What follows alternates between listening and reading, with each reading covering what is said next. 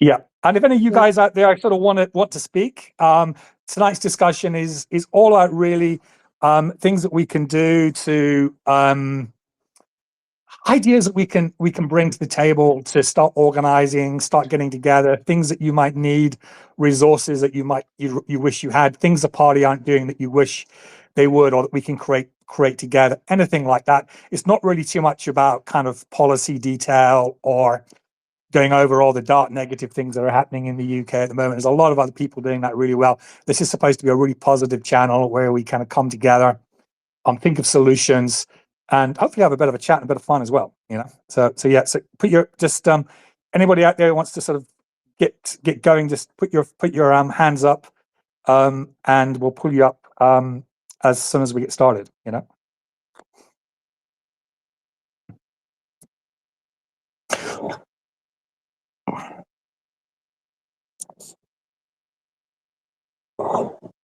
We'll just give it another minute or two. See who's turning up.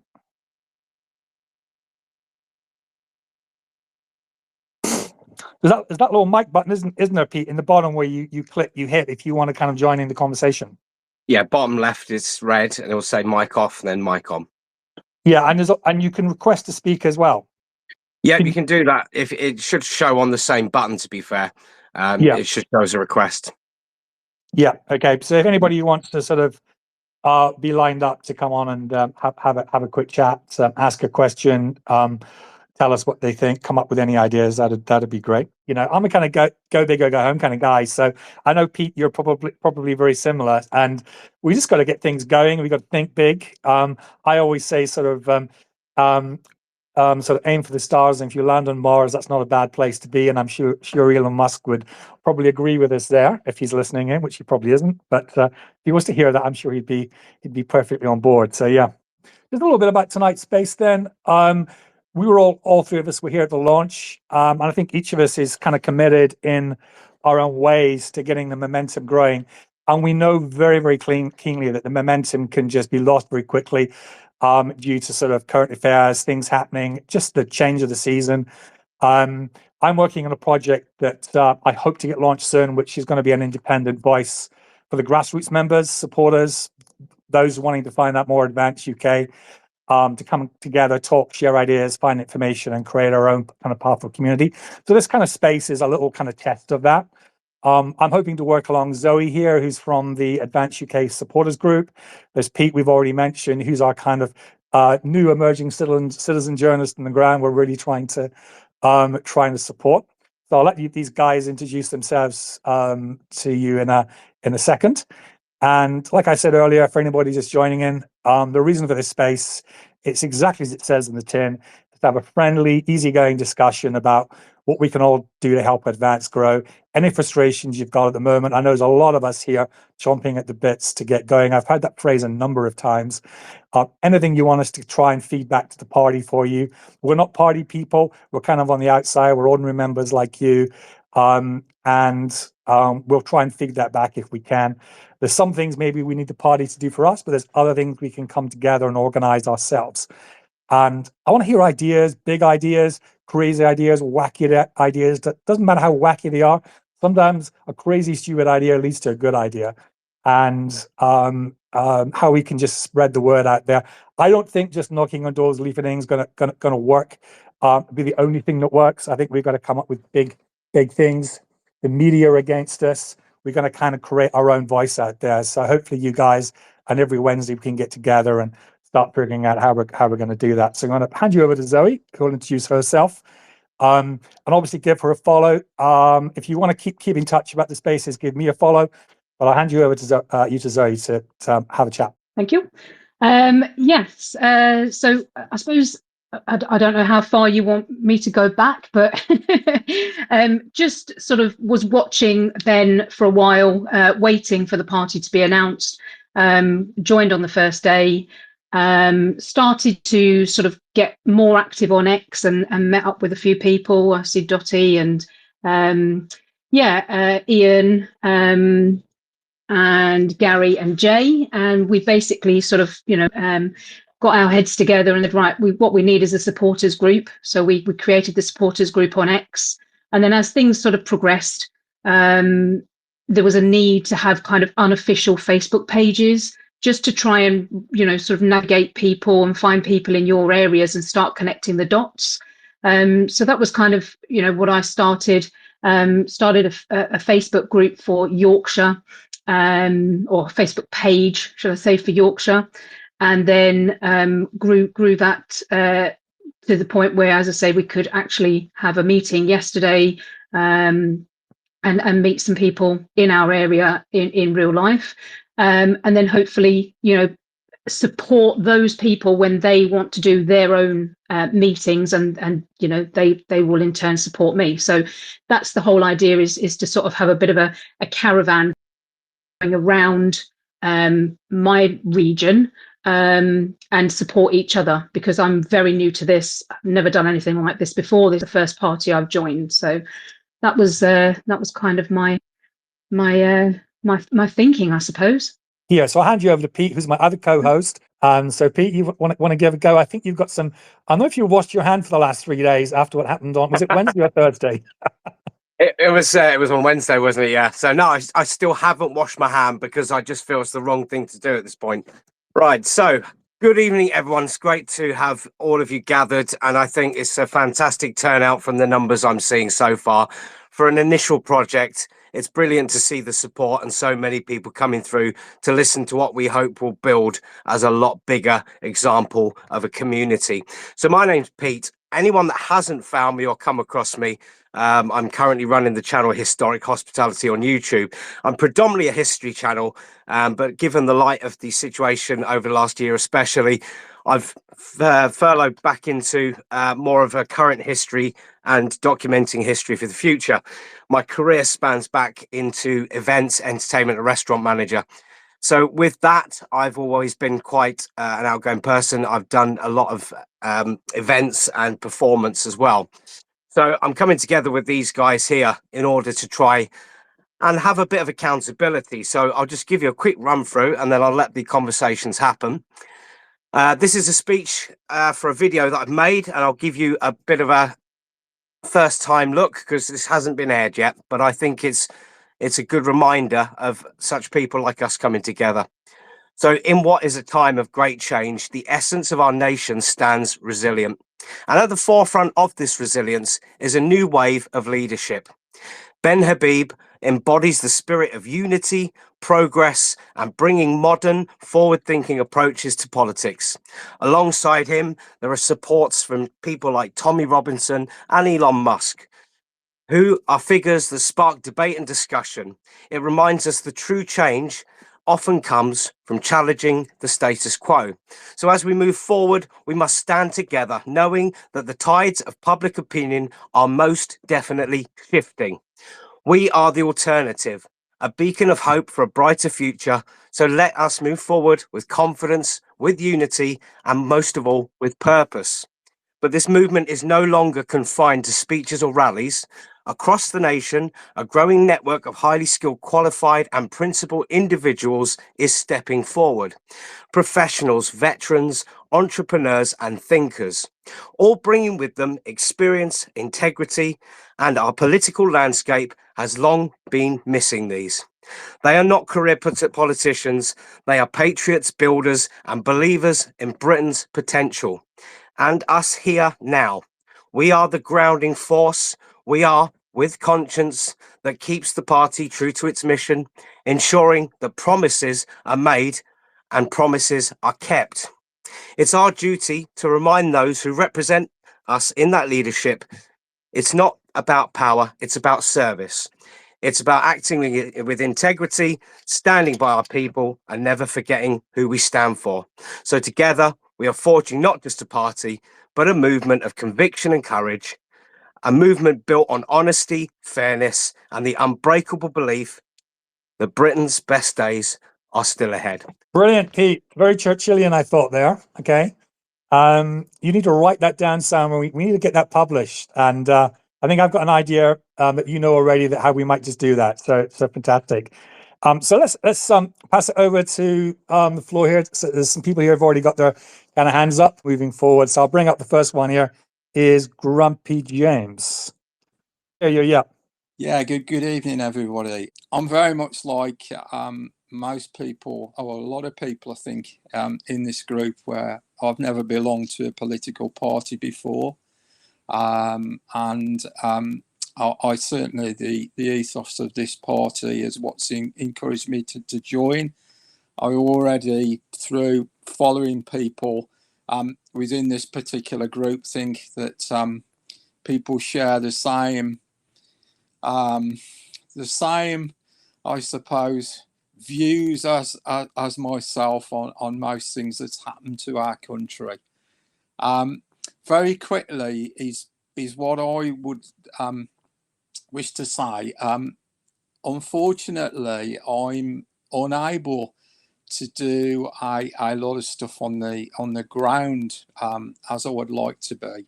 I'm a full-time carer for my wife, and I also have we also have a granddaughter with quite a sort of serious complicated issues as well. So a lot of my time is taken up by that.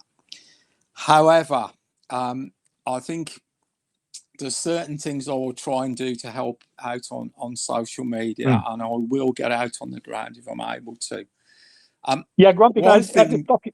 Yeah, can I just stop you there? I've certainly heard other people on the other spaces who, for whatever reason, are homebound, or like in your situation, they're caring for somebody, or just aren't as mobile and just can't get out there and kind of pound the streets. So I definitely think we need to start thinking of ways that people who are really motivated and want to help, and are in that situation, or just sometimes it's very, very busy people, but they've got a little bit of time late at night, like me. I've got plenty of time, but it's generally late at night, around midnight. So how we can sort of help out, and how we can create the most impact from what we do as well. Sorry for interrupting you there. Go on. Yeah, no problem at all. Obviously, so thank you for recognising that, which is greatly appreciated. The one thing, I mean, Advance is doing some amazing things at the moment, and the progression it's making is really encouraging, and I think is giving us all hope for the future. Certainly, one thing that or areas that I think perhaps no policies, but maybe they do need to start looking at, or might start looking at, is particular areas that they could concentrate on. And I was thinking there's very much what's in the spotlight and that sort of thing. So very much at the moment, there's a lot around grooming gangs. There's a lot around veterans. There's a lot around children's education. These are sort of areas that are real vote winning sort of areas within, with the public as such, because these are things that mean a lot to them. Maybe Pete, you want to come in on this, because you've just started something related to what Grumpy was saying now. I think today, in fact, right? Yes, today. Funny enough, today. So I've noticed a few gaps in the market, so to speak. So being a Londoner, finally back in London last 2 years, there was no London supporters group, so I've set that up a few days back. But also, in regard to one of your topics there, Mr. Grumpy, was veteran support. There was no specific veteran space on advanced support, so I've created that as well. I've been in and around a lot of the protests and things going, listening to these ideas. So as far as we are as a little organisation, we're definitely making notes and setting things up now in advance, so to speak, and heeding to what people need. So yeah, it's definitely going ahead. So we are taking note. That's really great news. It's really good to hear. And sorry, Grumpy, I was just going to say I did feed this back to head office, and I know they're listening, and obviously they will get on with it, but sort of a 6 key objectives. If they can focus on 6 key objectives to get out there, and as you say, you've made some good points on what they would be, at least to try and say, right, this is what we're currently working on in the college. I can see Aileen is put her hand up to come up next as well, and I can see Richard. I'm sure obviously they're within the college, so that they will be able to maybe offer a little bit more info or feedback straight to the college as well. So yeah, it is something that I suggested not too long ago, about at least having sort of 6 key objectives that we're we're going to tackle, just to kind of drip feed a bit of information. So I just thought I'd let you know that side. And obviously you're somebody who sounds like you've got some time and energy there to think up ideas, and that's what we kind of need on the table, and that's what this is all about. It's just about the supporters coming together, coming up with ideas, things we can work on ourselves, or things we can kind of pass up the chain. My write-up was published today in the newsletter, but Darren's ideas, and I absolutely agree with it, is about, now I don't want us to do anything just for votes, even though votes obviously is important, but I want us to do real things that will bring votes in. And one of the things that Darren was talking about is having, local volunteers that just do stuff in the local community, and it's almost like everlasting canvassing.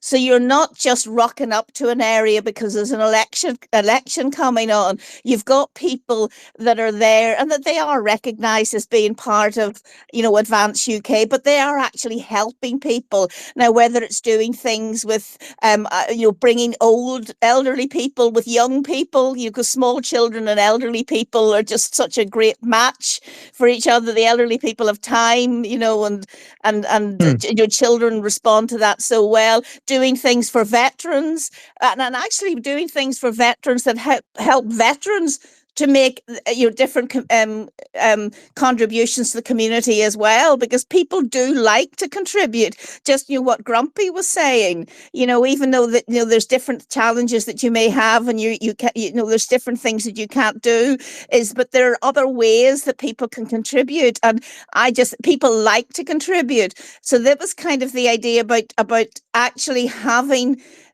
people linked to Advance UK that are just helping people generally, and that actually part of that could feed back into policy development. When I loved it when Paul was saying yesterday on the space about creating a family, and that's kind of what you're saying is creating that sort of family vibe, and we are a big family. I know it may be a bit cheesy, but that's kind of how I feel, and I do feel that's how how it should go, really. Does anybody else, Pete, do you want to come in on this, or should we just move on to the next speaker?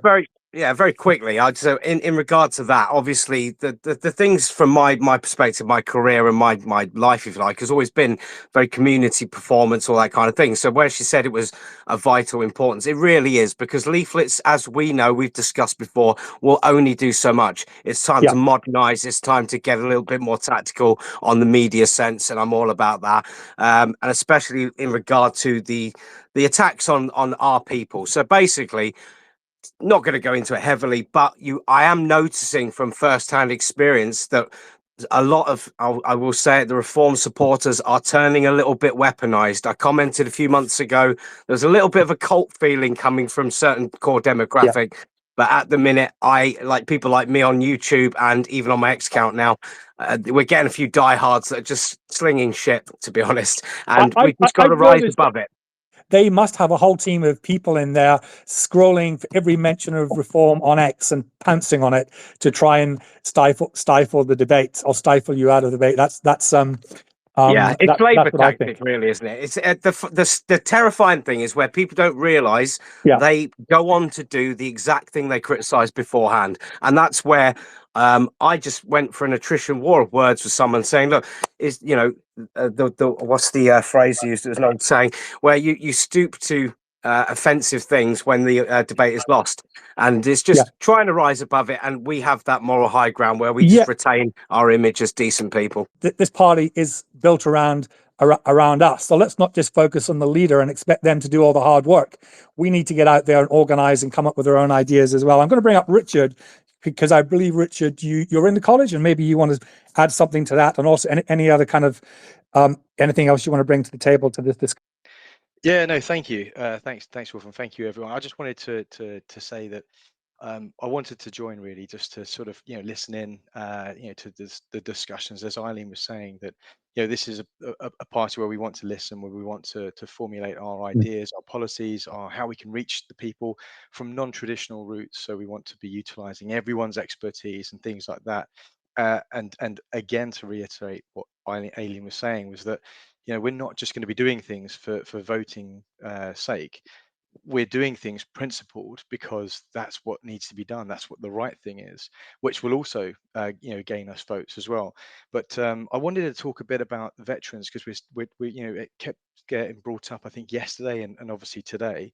And as a veteran myself, I'll obviously be looking at how I can hopefully steer policies, but also be looking to hear from the veteran community. So in the future, I'll probably be trying to do some spaces around that, having people that have had challenges within their family who've got veterans or are veterans themselves, the sort of impacts they've had. I've reached out to loads of charities, in fact, as well, because we rely on about 1,500 different charities to service about 1.7 million veterans that we've got.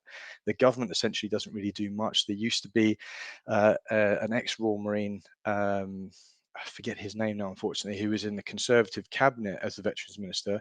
Then it was Al Khan's for Labour, who wasn't in the cabinet. They've got no statutory powers. Essentially, they look at washing their hands with the veterans. They need a lot of support. A lot of the support that is offered, they don't even know it's available. And some of the rural areas are very difficult in order for that support to be obtained. So that's a key thing for me.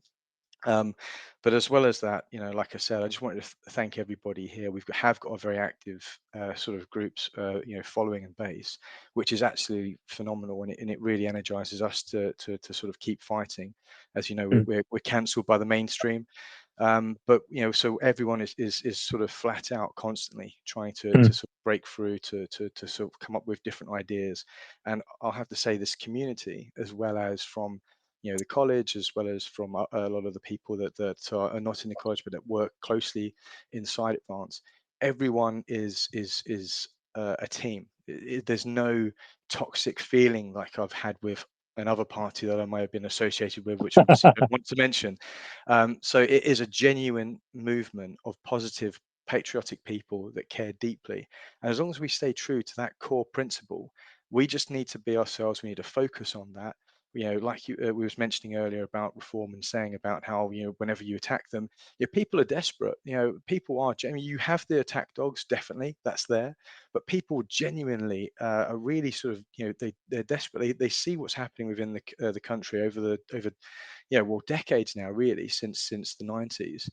There's been a systemic sort of situation where we've looked at eroding what it means and repackaging what it means to be British, and it's really attacking our sort of core heritage and culture.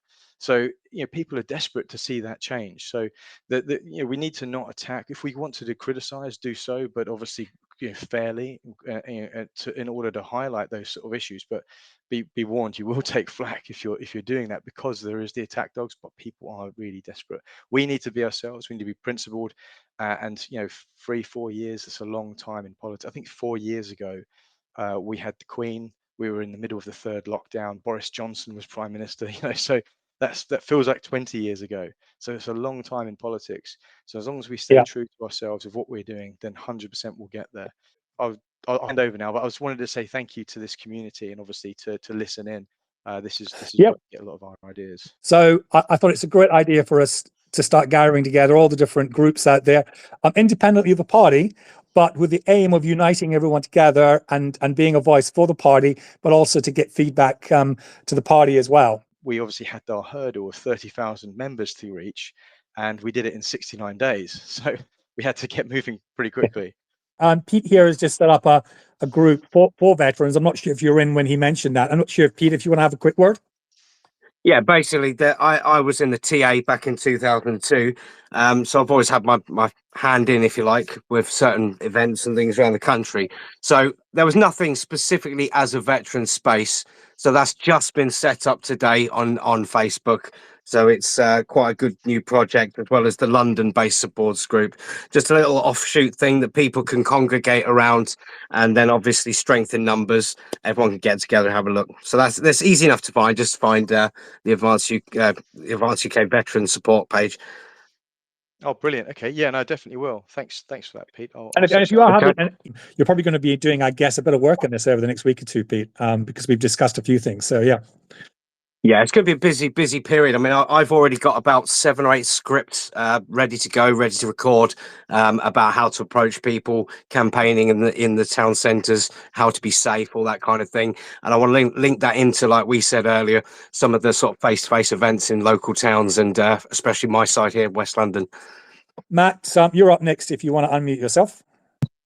Hi guys, like first of all, can I just say thank you for putting this on? It's greatly appreciated. I am another one of these people that has, like I am also another person that has never joined a political party. I was born in the 90s, so I sort of grew up into the sort of colourblind liberal philosophy, which sort of stuck through me. So when all that started going away and changing, I was very confused, and I've never really seen anybody that seems to stand on their principle from a political standpoint, other than maybe like Galloway and Corbyn, who have been saying the same stuff but didn't resonate with me at all. But I respected them for standing on what they believed. And other than that, you didn't really seem to see that many principled politicians. So I was just completely signed out and never really thought of joining. I came across Ben through the Lotus Eaters. I'm a Wiltshire lad. And I love this sort of message of hope, because it's not something I've really experienced my whole life. I'd like to address what Eileen said about how do we show people that it's not full show. And that's consistency and authenticity. The first few times that, like, everyone's really suspicious of everything at the minute, because you have so much virtue signalling and people not following through with what they say, whether that's politicians or people on the street. And if they see you every weekend or every fortnight or every whatever period of time it is, consistently showing up and doing the same thing, that's what builds that trust that you're going to do it. You have that accountability of, look, every 2 weeks, we're going to go and clean up the park. We're going to go and clean up a street somewhere. We're going to go around the town centre picking up all the rubbish off our own backs. People will begin to trust and believe and like, no, actually, these people are doing a good thing. They're doing what they say they're going to do. And that's how you build that authenticity and that trust. Yeah, I'm from quite a nice village where people still say hello to each other, but that is slowly going away. And like, I make a point of saying hello to everyone I pass, even if I don't know them, because like that loss of community. I moved into the town centre for a while and I hated it. Like, people that lived 2 doors down from you would look at you like you're an alien if you said hello to them as you were leaving for work. And it really confused me and I didn't understand why. So anyway, onto my background. Like, I've done 13 years healthcare, 6 years, or coming up on 7 registered practitioner.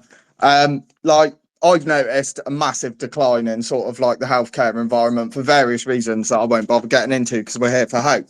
But that's my sort of background. I never used to really be that confident talking to people I didn't know. So before starting work at the hospital, I went and got myself a job canvassing for Anglian, where you're immediately in a sort of semi-hostile interaction because you've knocked on somebody's door trying to convince them that they might want to consider having a sales rep in their house. And that did massive things for my confidence, because there's no growth in comfort or not challenging the things that sort of you have some anxiety or fear around. And that's sort of like an analogy that I have for the whole of society. We've got into this sort of mode of safetyism and status quoism, and like anyone that questions anything, it's almost like an attack. And this sort of breaks into the why people are so hostile, because they're on the edge and they're so like they can see everything going down, but any attempt to sort of challenge the reasons it's going down is met with just outright hostility. And so people are losing their minds. And I think that's why they are at each other's throat. All we need to do is own our principles and sort of stand firm in them. If people call me a bad name for whatever reason, I'll sort of like, not in a combative way. You ask them like, why do you think that? What is it that I'm actually doing that does this? If you start to fight them, it's immediately a hostile encounter. If you just ask them like, what have I done that makes you think this? You start to engage their brains. And the ones that haven't been completely sort of programmed into whatever it is they believe will actually start to sort of interrogate their own thinking, which seems to be an ability that we've lost as a nation. But once you start talking to people and being like, oh, actually, why do you think this? A lot of them are actually quite open to change still. It's just we get convinced that everyone thinks the same thing, and anyone that doesn't is a bad person, regardless of what it is. It doesn't matter. If they think differently to you, they're bad. What we want to do, maybe Zoe, you maybe want to come in this. We should just have a big thing where we all just have a baker for Ben kind of evening, and we all just all bake potatoes, and none of us can't bake potatoes. we can do a meme and we can just put flood hundreds out there. Flood our X posts, with Flood baked our X post, potatoes and for Ben.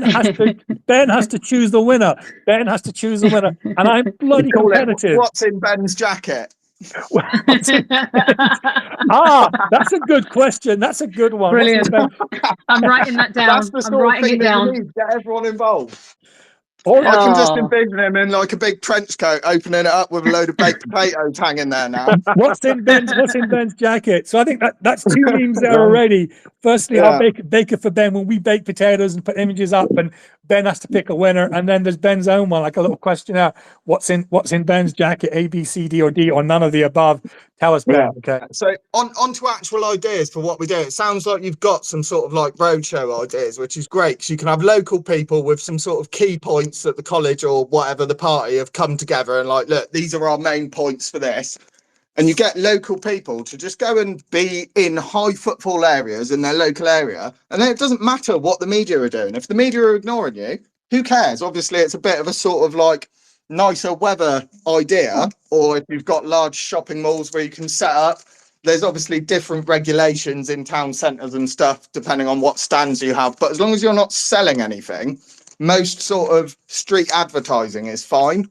Just quick, I mean, I think we have to recognize the fact that some people will need to keep anonymous, but I think there is so much work to be done that there will be a lot of work that can be safely done behind the scenes. But we also do need to think about people that actually would prefer to have an outward facing role, but they're worried about their jobs. And that is something that we need to tackle too, because people shouldn't have to hide away in the shadows. If that's where they're comfortable, then yes, absolutely, to do that. But we do. I don't have any answers at the moment, but it's a very valid question that we do need to think of a way to support people who want to be a face and to want to do, outward facing stuff. Richard, on you go. Yeah, no, thanks. I mean, it's a big reason why we're here, isn't it? It's sort of freedom, freedom for political choice, freedom of speech, freedom of your actions and your affiliations. So it's terrible that this is a thing. And so I mentioned Free Speech Union. I'm a member of the Free Speech Union as well. I think that's important. Some of the writings that I do, you can quite easily see how you could end up with the police knocking at your door. It's scary times. But there is going to be loads of things that will be able to be, inward facing, outward facing, public facing, you name it. So absolutely. At the moment, like I said, we're scaling up. So there will definitely be roles. I mean, off the top of my head, I can think of things where if we wanted to do canvassing, right, we whether that's, targeted canvassing in terms of putting letters through doors, we'll need people to help with the logistics and admin of that. Maybe it's planning routes for canvassers. I mean, I haven't given it loads of thought at this point, but just off the top of my head, there's a few things that in terms of organizing, structuring and things like that, getting people together, the groups together, some of the meetings that we may have in the future and stuff. There will always be, jobs for anybody that wants to sort of help out in whatever capacity, 100%. But I think first and foremost, we need to set up those pilot regional structures so that we can get those local people together. And like I said, on social media as well, resharing things, commenting on it, that kind of stuff. Obviously only do things that you're comfortable with. You need to look after yourselves, your families and things like that as well, from the fault police coming and getting you for wrongthing. But it is important. That's one of the reasons that we're here, is to protect people from this kind of thing. Apologies. No. Here's Ben. Okay, I didn't see you all the way up there. Go for it. Can you hear me? Yep. Yeah. Hi. Yes. So thanks very much for hosting this. It's a fantastic idea to actually get the old grey matter going. I've jumped over from reform after being thoroughly let down as one of those. What did Tighty say? Those sort or whatever it was. And for me, one of the reasons why I've actually joined Advance is the integrity of the people involved.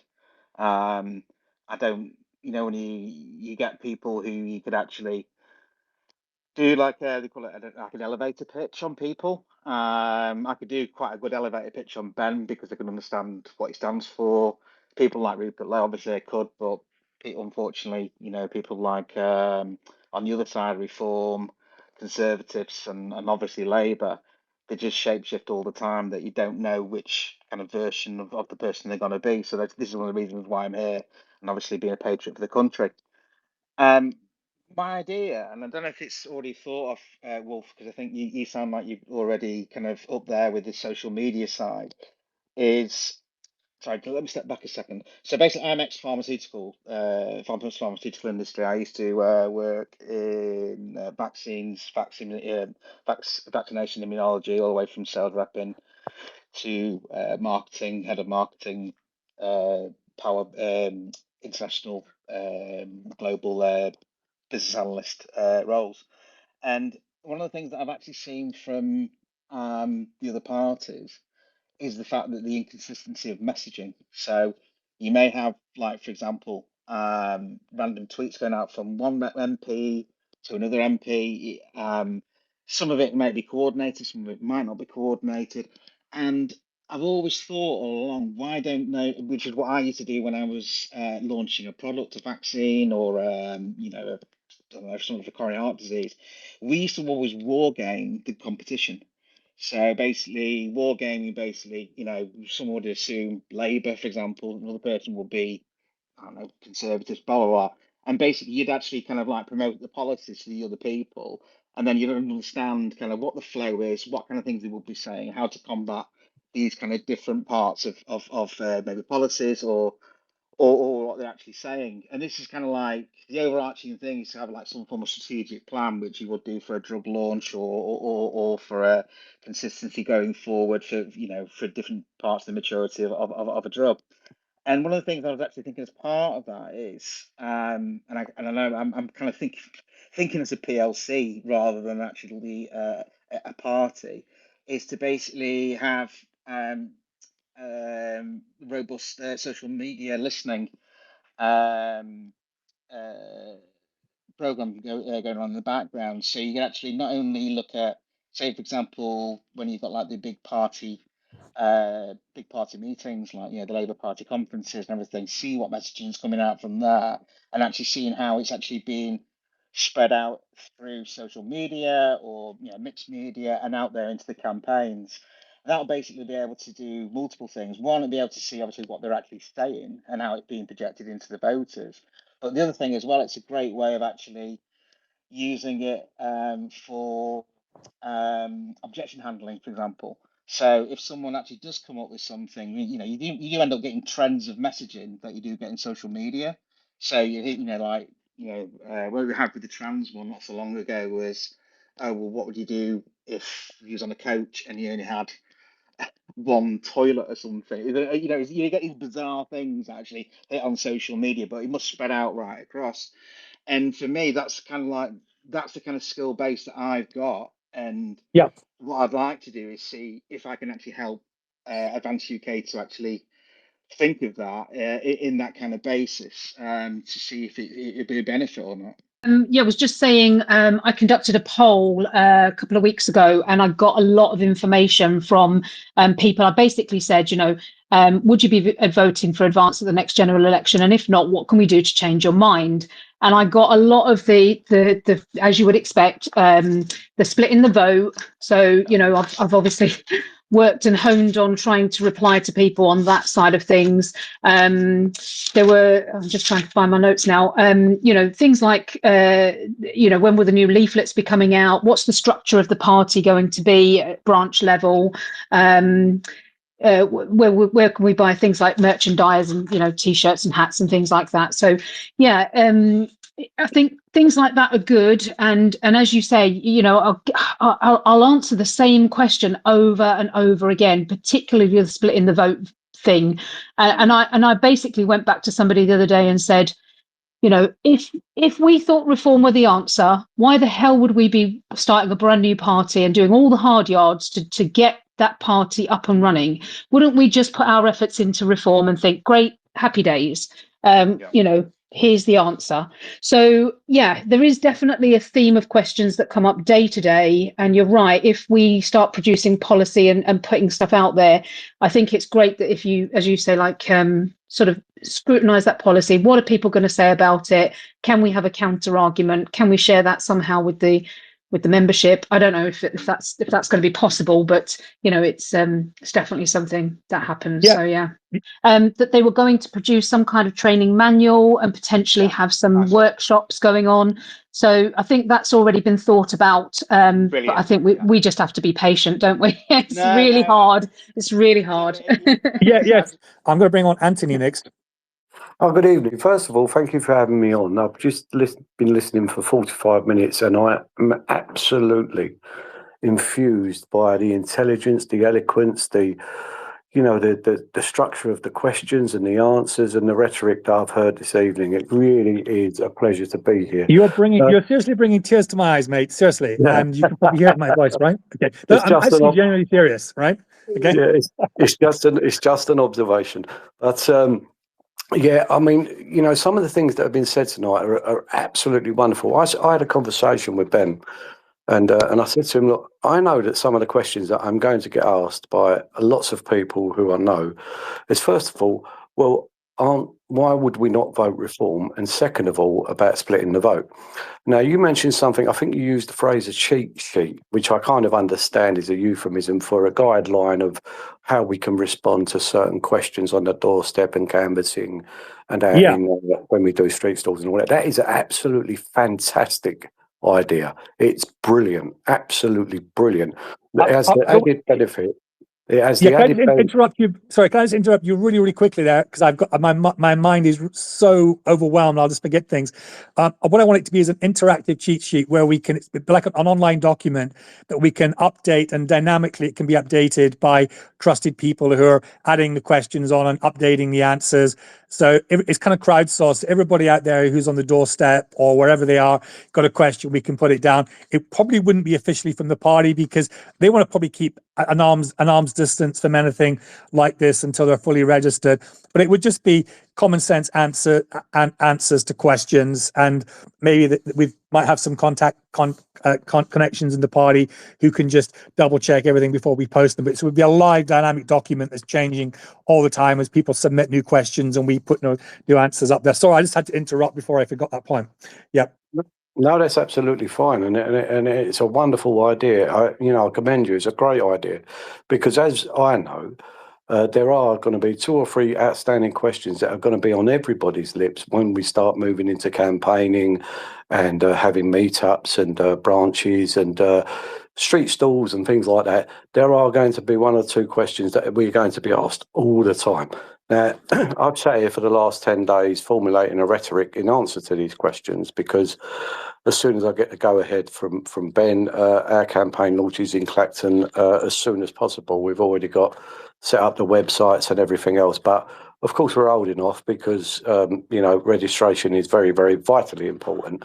But the other thing I wanted to ask as well is I heard the question earlier about people being afraid to put their heads above the parapet, etc., all that sort of thing. And, and I just want to relay my own experience here. When I left politics last year, I went back in, I got a job in a prestigious hospital as a psychologist. I was offered a job in a prestigious hospital as a psychologist. Now, when I was in politics, we know the organisations like Tortoise and Hope Not Hate, etc. They did a hit piece on me about 18 months ago. And the nature of the beast, working in a therapy team, and there's a cross section of ideologies, but predominantly centre-left ideologies. It seems any kind of caring profession has a disproportionate number of those kind of ideologies, and also hard left ideologies. So it became apparent and to the team that what my former life was and what my experience was and what my past was. And there was an attempt to cancel me, believe it or not. I'm not going to name the hospital or the organisation because it's not fair. But there was an attempt to cancel me, and I stood up and I walked into the whole meeting of all the psychiatrists and the therapy team and everybody else who was relevant, the hospital management, the hospital director, and I gave a little speech. And basically it said, there is nothing that I have done that is illegal. My reputation speaks for myself. I'm very competent in my work. I also have in my back pocket Toby Young of the FSU, as we all know, the FSU. Now, if you want to cancel me, please go ahead. But as far as I'm concerned, I will carry on until you tell me otherwise. And you know what? I never heard another thing. Never heard another thing. Now, I'm lucky enough to have the courage of my convictions. I'm reasonably financially secure. I love what I do. I'm good at it, and you know, it's a vocation for me. And you know, funny enough, this was all about 3 or 4 months ago. And funny enough, I've just been promoted to another. And it's incredible. So what I would encourage people to have the courage of their convictions. Now, I understand it is tricky, and I am able to put my head above the parapet, and I am able to finance the courage of my convictions. But you always have the backup of the Free Speech Union. And as long as you can, I can defend absolutely everything that I've said, even the articles that were maliciously put out online. I've already, you know, discounted them and shot them down. The rise in racism is nothing to do, it's because there's been a polarization of identity politics and a polarization of peoples by the successive governments. There is more racism now than there was when I was growing up in Bethnal Green, when I was, you know, I'm 57 now, so you can go back, you know, 30, 40 years. I see it's much more prevalent now, and it's much more, you know, it's much more prevalent, and it's much more vociferous, and it's kind of, the reason is, I believe, is because people have been polarized. It's basic black and white thinking. It's basic divide and rule, divide and conquer, to pit people against each other. And all I hear from Ben, and I know Ben personally, as most people know, is a message of unity and love. That, you know, although, you know, equality, diversity, inclusion and political correctness, although the aim was noble in its origination in the late 80s, early 90s, when it became more and more prevalent, although the aim was noble, it's actually created the exact opposite of what it set out to do. It's created resentment, it's created division, it's created polarization, and what they've actually done is destroyed everything that they actually set out to do. Yeah. Like you just rightly said there, I've even done YouTube footage about this, where the government are effectively using the military strategy of divide and conquer. And it's an ancient power in itself. You know, it fragments people. It turns a neighbor against neighbor. It makes a nation question its own identity, and confusion takes place over conviction. It's a nightmare where you see these things, because I'm 42 now, so I'm not that young. But what I experienced as a kid, I never saw color. Even now, I don't look at people and it's about their colour. And for a lot of the people I know personally in London and around London, people I've worked with, I was one of the only English. My staff were all from Bangladesh, Pakistan, France, all these different places and hotels. It's only the narrative fed by those in power to degrade the system as we had it kind of leveled out that's really done the damage. So it's definitely something that's down that line. And they're just degrading society with a deliberate notion.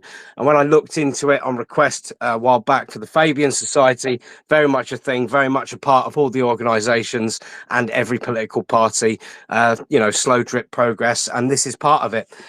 In order to capture your enemy, what do? You divide them so they can't gain a coherent force to fight back. And that's what's happened very successfully. Yeah, I'll bring up Angie next, I think. Is that right? Zoe, she's next, so we'll bring up you, Angie.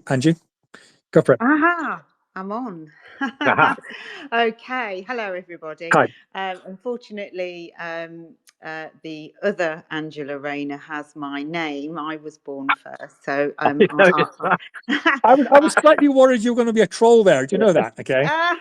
No, do you know what? I was one of the first councillors in Reform in 2021, and a lot of people, when I launched my Facebook page, and used it as a platform, especially through obviously COVID, try to empower people to speak out and everything like that.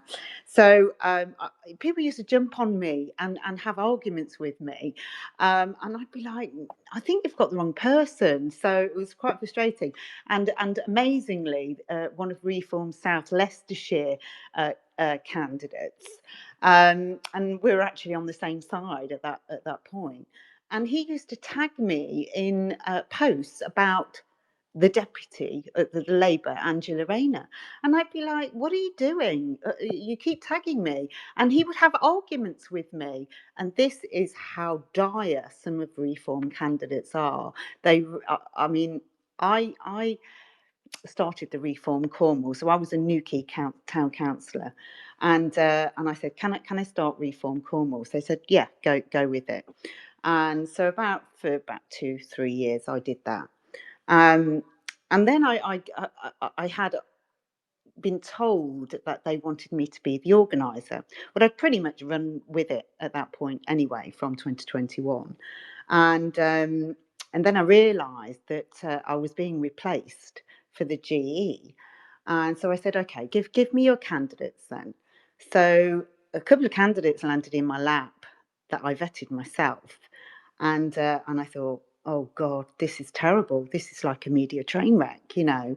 And these are guys that supported lockdowns and all this, and I dug up loads more stuff on them, and so that's why I ended up coming out of Reform, because I resigned. And there's a lot of people that don't like Nigel Farage, you know, so my feeling is that I would like everybody to unite, and I would like everybody to get around the table, because if everybody did that, you would completely remove the opposition. You'd have to market the hell out of it all over the UK. I just think, this is just me personally, I just think that there are so many people who feel politically alienated, and after kind of that lot comment by Richard Tice, I think it was, people really, and people are really let down by Boris Johnson, the Conservatives, because a lot of people up here in the north voted for him as a populist kind of candidate, and I think people really don't trust anybody at the moment. I think the way I see it, Advance UK and the people they've got in leadership, they are genuine people. I haven't seen any evidence of anybody here is for King Taz. Go for it. Awesome. Yeah. Well, I just had a bit of a couple of ideas really for just Advance UK in general. The first one I was thinking is most people in the country tend to have like at least one good idea. Doesn't matter what it's for, but they have that good idea. I was just thinking, for the Advance UK website, would it not make sense to have a membership forum similar to the government petition site, where advanced members could create a policy idea, and then other members could vote on that, and if gets a certain amount of votes, then the college could themselves just discuss it, and then perhaps flesh out the idea a bit better. I was just going to say, we are currently using Policy Platform, that's the GB Pack policy platform, to add any ideas that you want to add on to there, because obviously they're working very closely with Ben to create policy as well as the college. So that's where I've been sort of directed. So if you've got a good idea, put it on Policy Platform. Anything else you want to bring up? Well, I had a policy idea, but I don't know how would be best to discuss that on there. I'll just sort of highlight it a bit then. Yeah. My thought process really was, if you had a government scheme where you set up a few factories in the centre of the country to mass produce modular homes, say for about 30 grand, which is quite good for modular homes from looking at it. You could set up a mortgage scheme with the government themselves, where let's say they do like a 50 grand mortgage to cover, like labour cost, land cost, as well as the cost of the home. That would probably solve the housing crisis quite comfortably. because if you've got a 0 interest mortgage for 50 grand over 25 years, that's £166.66 a month, which is very achievable even for the poorest of people. And even when I was it does. It's probably not what we want to go too deep into kind of policy on this. It's you're kind of getting into sort of housing policy there. I think I'm not really sure who to point you in touch with. But first of all, certainly join Zoe's. What's your group called again, Zoe? Are you a member of Zoe's group, the Advanced UK Supporters group? Yeah, the community on X. Community. On X. Yeah. Yeah. Just a few things. Zoe, I'm not sure if you're aware. You probably are. Swap My Vote. Have you heard of it? Yes. I think. Lib Dems use it hugely. They're big on it. Was it Carol Vorderman that did? Yeah, I think that she was big instrumentally in getting Labour in, obviously last year with doing something similar, wasn't it? Yeah. And that's something to obviously think about. The other one is if everyone could start collecting the leaflets that are coming through from oppositions from now, so that you can see the patterns, and because obviously these other oppositions have done, most of them will have done a lot of research on what they believe works and doesn't work, and you might be able to get useful information from those on what the policies are, what the main issues are in that local area. I know that the when I was with both parties, as Lib Dems for a short time and then say Tories for a year, for 10 years, they collect them all. Both parties collect them all. And they use that for market research, and they also go to HQ as well. And citizenship in schools are just thinking our kids, the 18-year-olds that'll be 18 for next election, we need to get in there first, because we find that usually, if you get them in at the beginning early, and teach them or educate them, should I say, on the policies, etc., they're more likely to vote. And you want the younger voters, because that's a huge, because they've been failed. They know they've been failed. And I don't know if there's a way, if there's any teachers around or as parent governors that could see about if there's something we could do in the schools, like having something that's affiliated to the national curriculum, whether it's debating on politics, anything, because there are ways around it, because I home educated my daughter, and I took her in, into all these different places to teach them on citizenship. And if there's any way that could be done, that would help getting the first time voters in to vote for Advance, and obviously educating them, and also learning what do they want, what policies do they want to bring in. I'm going to be a little controversial. There's always one, isn't there?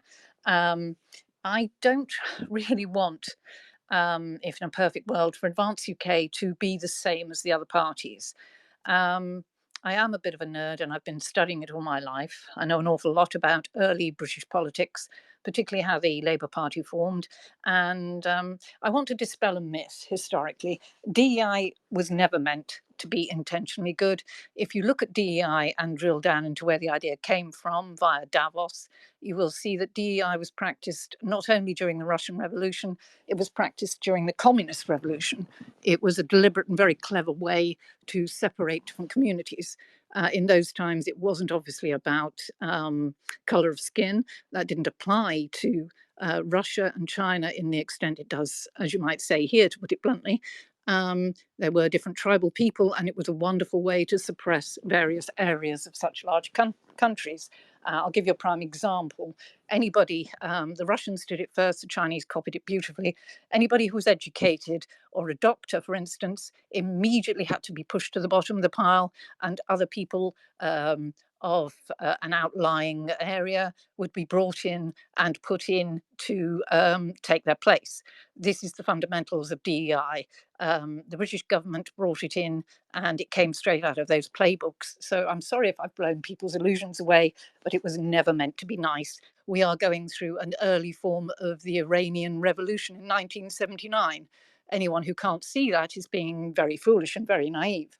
We're also replaying many parts of the Russian and Communist Revolution, and we're playing them out beautifully. I don't want Advanced UK to fall into that. I don't want us to be the White Russians or the Black Russians, who were both annihilated by the Communist Party. We need to take something a little more from the past. When the Labour Party did get into power, many of their candidates and then their MPs had never even, some of them, read a book. And yet look how extraordinarily powerful they are now. This is what frustrates me. I say this with kindness and gentleness. This is what frustrated me with reform at councillor level. They were reenacting the playbooks that the council have been doing for years. I believe Advance UK have a unique opportunity. Every single one of us has a unique opportunity to take us back to basics. And if you want to, start again. Anyway, I'm terribly sorry. I'll shut up now. No, it's good. I mean, it became a conspiracy theorist for a long time. But what people need to realize is where it came from, Marxism, communism as kind of a blended mix. It was a gradual strategic social system. And rather than revolution, the Fabians went against that, saying these revolutions are not achieving anything. Exactly. And we basically need to slow drip our institutions and everything. They have infiltrated the civil service, the police, the judiciary, and the Labour Party itself. But the worst part is they are in every single party. I recently did a documentary on my YouTube channel where it sort of outlines the basics of it for half an hour. But this came from, and what makes it, I think, more terrifying, they based their ideals on a Roman general, Quintus Fabius Maximus. Yes, that's right. I'm afraid I'm a nerd on that too. Roman Darren, good to meet you, Darren, at last. Good evening. Thank you, Wolf and Zoe, for doing the space. I've been listening off and on. Don't forget Pete. Oh, and Pete. Yeah, Pete Matters. Pete Matters. New campaign. What I will say about history and what we learn from history is that we don't learn from history. And I fully agree with Anne in that, and what she was saying is absolutely spot on. I don't think I've not disagreed with anything she was saying. Darren's right. So, oh God. You're back now. Darren, where did I get up to? You're back now. Carry on. Yeah. So I'm going to say what we've learned from history is that we don't learn from history. I agree with most of what Anne's said. I'm not a purist, but I do think that our party has got to be as pure as possible in the messages, which are not hard, in that you look at the parties like the Uniparty, Labour, Conservative, Lib Dems, Reform, and they're having to lie to maintain their position. If you start off from truth, this is what we're going to do, and these are the reasons why we're going to do it, then that, which is all based on common sense and for the advancement of every citizen of the United Kingdom, then we've all got one common goal, and we should be able to inspire those people that did not vote, 40% or whatever the percentage was, and it could be a landslide for us, for Advance. I'm really pinning my heart to Advance in the hope that we can do it as a group of people, that we're all patriots in the best possible way, because we all want what's right for our country. We've seen the decline over the last 3 decades, and we need to move backwards to move forwards and put things right. And thank you for letting me speak. Pete, Zoe? No, yeah, perfect. Exactly what we need to do. Obviously, we were discussing the Great Repeal yesterday, and whether we do need to repeal everything, or whether we do need to cherry pick some bits out of it rather than doing the whole kit and caboodle. I suppose that's not really for us to decide, but you're absolutely right. We're a group of people, patriots, just moving together, and as I say, this is kind of what this space was about, really. Unofficially getting people together, making connections, like we were trying to do yesterday, and just then, move forward, really. So yeah. Yeah. And I just wanted to say, I didn't think DEI came from a good place. I said it sounds nice. And like the road to hell is paved with good intentions. People get taken for mugs because something sounds nice, and we need to move back towards outcomes. What are the outcomes of these things? The outcome of DEI is it actually creates division. It doesn't solidify support. Positive discrimination is still discrimination to the people that you're not positively discriminating against or for. And that's why it creates this division. We need to dispel all these myths that sound nice but actually have the opposite outcome. And just one quick idea on bringing the fun into it.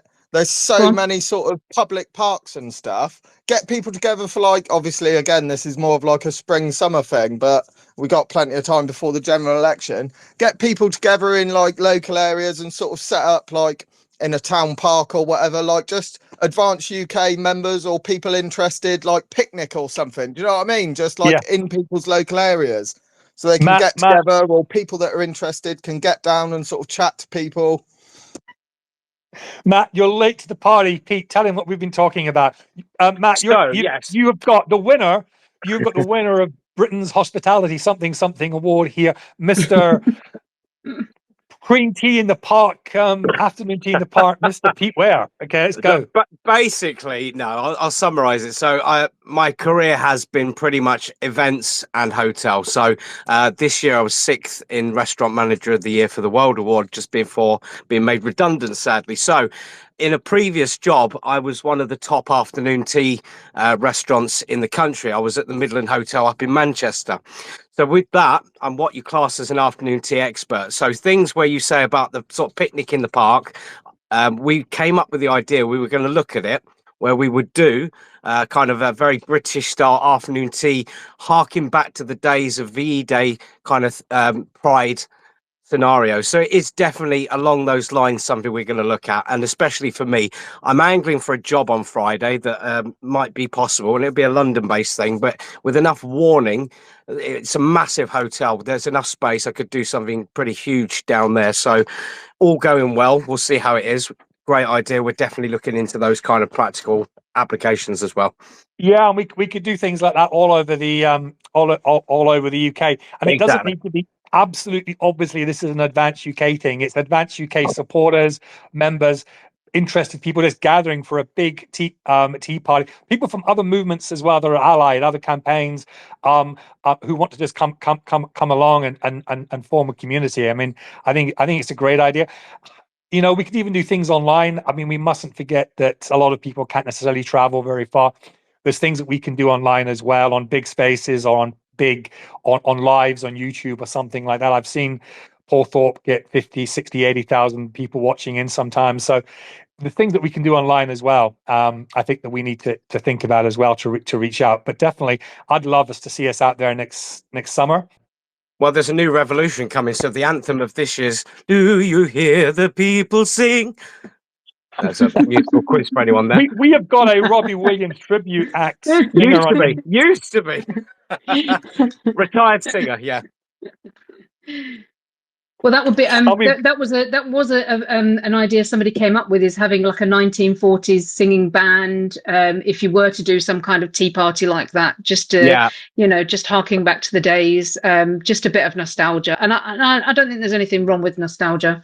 No, I mean, I'm a history guy. Well, I was actually the bulk of my career, I was a 1940s themed singer. I worked with big bands. I'm still in touch with a few, and I used to go around doing events and putting them on from scratch all around the country. It was what I was known for. I was actually in the Vintage Entertainer of the Year Awards as well. Came in the last place of that. So I am all about nostalgia and that period, because it's when we were truly great. Yeah. Did you say you came last, Pete? Yeah, no, I didn't come last.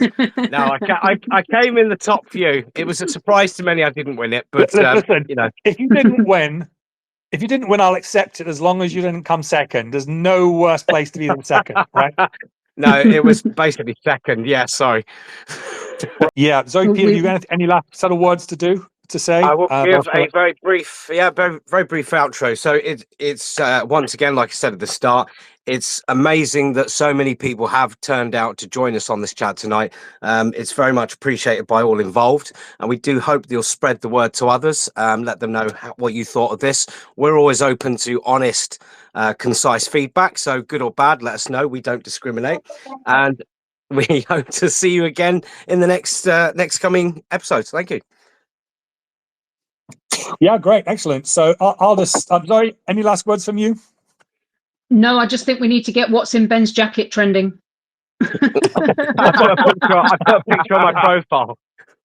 What's in Ben's jacket? Yeah, I'm slightly pissed off with whoever came up with that thing, because I thought my baked potato for Ben, we're all baking, is a good idea. I still think it's a good idea, but I do think that's really quite catchy, and I like to win, and I feel I've just been pipped on my own game here by somebody else. I don't know who came up with that actual winning. I think it was Matt. Yeah. Yeah, Matt was it. Matt, we don't. Yeah, I mean, Pete here says he crashed. He's the one that crashed the Advanced UK shop the other day. I'm taking credit for finding the Wales are having issues with cancellations, and I went on Facebook and I tracked down the person putting the info out. And then secondly, this is the only thing I've achieved this year. And then secondly, I put out a video on my YouTube Shorts. It had about 2,000-3,000 views straight away, because the moment the email came saying the shop is ready, I was like, quick, tell everyone. And then within that first couple of hours, it crashed the website. It's got to be me, obviously. Oh yeah, the link in my shop email disagree. didn't work. I had to type it into Google. Yeah, no, I had to search for it, and then I put the link out, and it went crazy, apparently. Yeah, I'm going to take credit for that, though, Pete. And I think Zoe maybe a little bit of credit too, because if it wasn't for our support, you might not have posted that link and done that video and done all of that stuff. We've been behind you, egging you on and pushing you, because you were a bit of a slow starter, really, mate. So I think we're going to take the credit for that one. Thank you very much. Oh, blimey. All my attendance at these random events as well. And there's one thing you never actually mentioned. Did you mention the Tommy situation? I think you mentioned the hand, but you didn't actually mention it was Tommy.